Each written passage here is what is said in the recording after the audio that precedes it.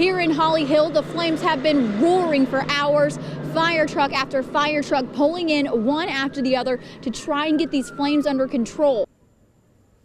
They did, Raphael, in the Ashley River right here at Bertlebank Park, but they're not the only one. They also found some high levels on Shem Creek and also portions of James Island Creek, also known as Ellis Creek.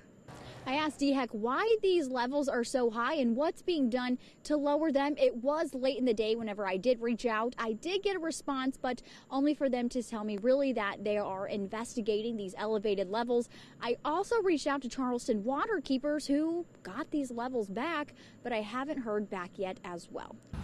Bill, we know that Gloria Williams will spend 18 years behind bars. Despite getting the sentence today and being able to put it all behind them, Kamiyah Mobley's biological father, the judge, and the prosecutor all said today is not a day for joy. The judge actually spelled it out for us, Bill, saying there are no winners and there are no losers. So to see just how hot cars can get in such a short time, I am in the car. It is 3:30 p.m. on Friday. Live 5 app says right now it is 81 degrees out. The time just hit 5 minutes sitting in here. I also have a thermometer, and if you hold it still, it's right past 100 degrees. 45 minutes now on the clock, starting to get a headache. It is so hot in here. 1 hour now I have been in the car, and I didn't expect to get this overheated and this hot in such a short period of time, especially with it only 81 degrees outside. I have a heat rash. It looks like going down my entire body. You can only imagine what it would be like if we were in the dead of summer. You are taking a live look outside right now at the Charleston Harbor. Take a look at this. It looks beautiful out right now. It's been pretty nice all day. We've had a few scattered thunderstorms rolling through, but for the most part, it's been a breath of fresh air. Our Danielle Prince has been tracking our forecast all day. Danielle, what's up with the weather? Well, that's okay. In basketball, I was just the kid that would go and foul, and then they would pull me out because I did my job, like step on someone's toe, you know. I mean, this was elementary school. It was in like 4th grade. I was the last place person for a track meets. So we're all just failures. So we got that going for us. Track manager. Let's get a quick look at radar. That the driver did not survive. You can see just how bad this damage is, how badly burned this area was. Take a look down at my feet, Lisa. This whole area was just completely burning just hours ago after a fatal accident near mile marker 62 on I-95. We just went underneath the Ravenel Bridge a few minutes ago, and it looked like a parking lot as trucks were waiting to get over it. And a lot of people are wanting to avoid that and use a different option. Right now we're on the Charleston Water Taxi. I sat down with the chief HR officer with Charleston County School District, who says right now they have 58 openings to fill. But the granddaddy of all road closures, the Ravenel Bridge, that is going to close tomorrow morning at 7 a.m. until well after the race is over. And as you guys know, we've got a lot of people in town this weekend for this race.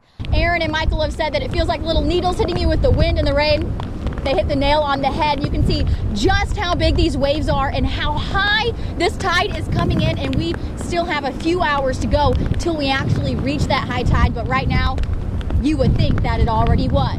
Well, Raphael and Lisa, I can tell you that this man, Kenneth Markeith Chisholm, right now is behind bars here at the Colleton County Detention Center now. The traffic is a nightmare. I'm going to actually flip it around. It was silent here. There was some cheering, and then it just went quiet. And it was the weirdest thing, but it was the coolest thing. Raphael and Lisa, conditions are still really windy and really rainy, but if you take a look over here, earlier we had waves all the way up on the pier, and you can see on both the right and left side, there's at least 3 broken boards. Tonight, the South Carolina Law Enforcement Division is investigating a deputy-involved shooting. That shooting happened this morning right here on Freddie Street in Latson and involved a Charleston County deputy who now is on administrative leave. We've learned that this fire is going to be burning for 2 to 3 days, and take a look. You can see why. Look at how big this is. I showed it to you guys earlier. It is still roaring and the smoke is still billowing. Now, I talked with Teddy Wolf. He's the director of fire services for Orangeburg County. And he says this is the 3rd time there has been a fire of this magnitude here at Don's Car Crushing. Now, this is take a look at these waves.